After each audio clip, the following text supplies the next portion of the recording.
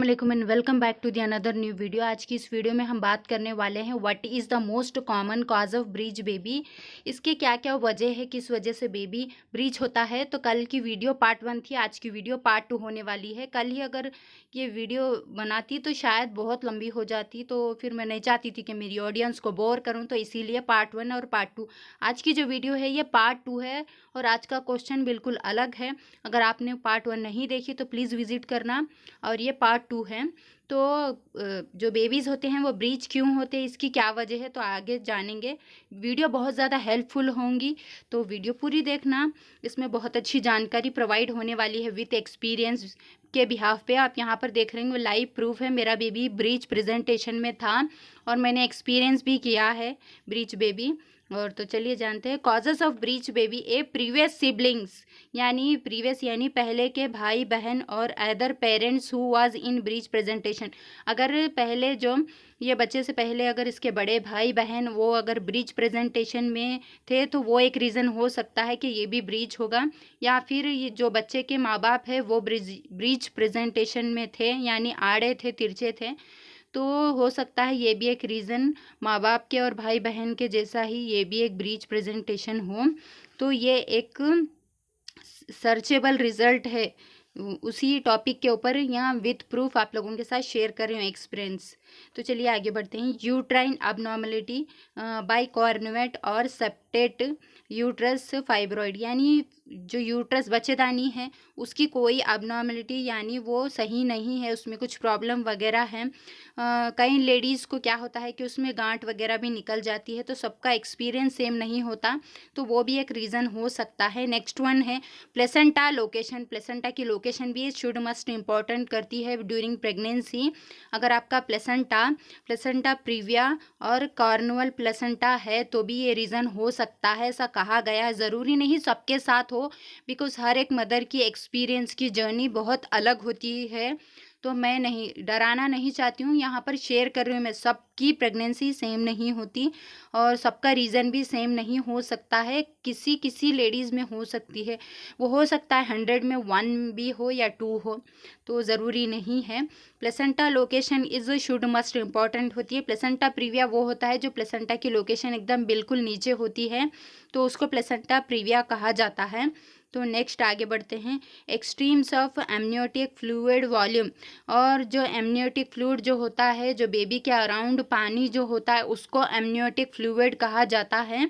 अगर उसकी क्वांटिटी बढ़ जाना और घट जाना, ये भी एक बहुत ज़्यादा इम्पॉर्टेंट मैटर है कि ड्यूरिंग प्रेगनेंसी इससे भी बहुत ज़्यादा इफेक्ट होता है। तो आप जब भी अपना स्कैन कराएं, चाहे वो जो भी स्कैन हो, 3 मंथ का हो, 5 मंथ का हो, 7 मंथ का हो, 9 मंथ का हो, जो भी हो, आप अपनी रिपोर्ट्स में चेक करते रहना है आपका प्लेसेंटा का लोकेशन क्या है और बेबी के जो अराउंड जो पानी होता है, एमनियोटिक फ्लूइड कहते हैं उसे, वो पानी की क्वांटिटी कितनी है, क्या है। अगर 10 के ऊपर है तो अल्हम्दुलिल्लाह इट्स अ बेस्ट।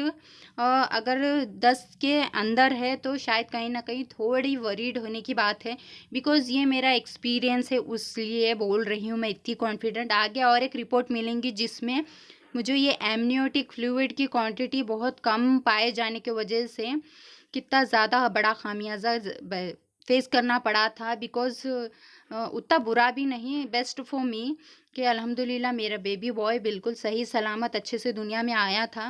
मगर मेरी जो फर्स्ट डिलीवरीज़ है वो नॉर्मल है, मगर मेरा एमनियोटिक फ्लूइड कम होने के वजह से मुझे बाई सी सेक्शन जाना पड़ा था। एमनियोटिक फ्लूइड की कमी के वजह से मुझे सी सेक्शन हुआ था। तो ये मेरा this is my experience for sharing with you.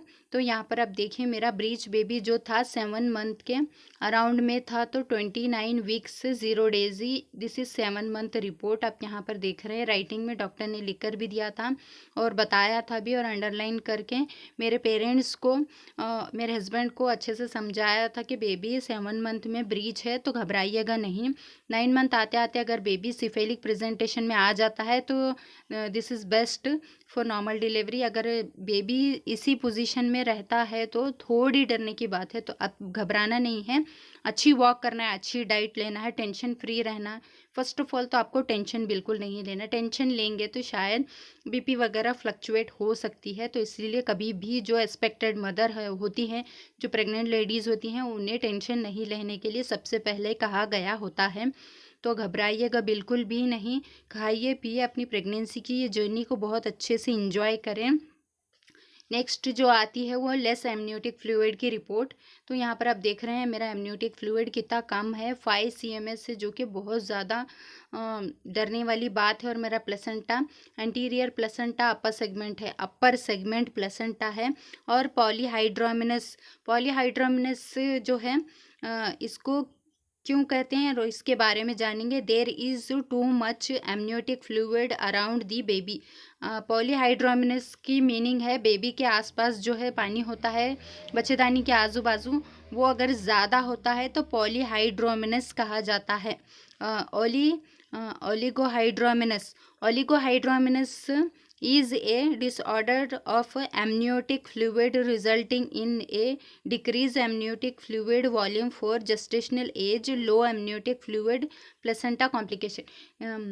ओलीहाइड्रोमिनस, जी हाँ, ये मेरे साथ हुआ था। ओलीहाइड्रोमिनस मीन्स के आपका जो पानी की क्वांटिटी है, जो बेबी के अराउंड जो पानी होता है, अगर उसको वो कम होता है तो उसको ओलीहाइड्रोमिनस कहा जाता है, जो कि मेरा रिजल्ट है। आप यहाँ पर आप देख रहे होंगे 5 cms जो है मेरा एमनियोटिक फ्लूइड है। इसे लिकोरिया क्वांटिटी भी कहा जाता है और एमनियोटिक फ्लूइड दोनों एक ही होता है, तो घबराइएगा नहीं। अगर ये कम होता है, इसकी वॉल्यूम कम हो जाती है, तो मेरा सी सेक्शन हुआ था, तो शायद आप में से किसी का भी कम है। अगर वो मेरा 9 मंथ में कम हुआ था, इसीलिए मुझे सी सेक्शन के थ्रू जाना पड़ा था। अगर आपका 4 मंथ 5 मंथ 6 मंथ में होता है तो कुछ पानी के पाउचेस वगैरह आपको देकर आपका एमनियोटिक फ्लूइड इंक्रीज़ किया जा सकता है, तो घबराइएगा बिल्कुल भी नहीं। फर्स्ट ऑफ ऑल तो आपको घबराना नहीं है। अगर हाँ 9 मंथ में आपका एमनियोटिक फ्लूइड कम होता है तो शायद जब आपको थोड़ी बहुत घबराने की ज़रूरत है, मगर उससे पहले आप घबराइएगा बिल्कुल भी नहीं, बी पॉजिटिव। और low amniotic fluid placenta location, placenta में भी कोई कॉम्प्लिकेशन होगी तो भी शायद ये प्रॉब्लम हो सकती है, ऐसा कहा गया, एक स्टडी में पाया गया है।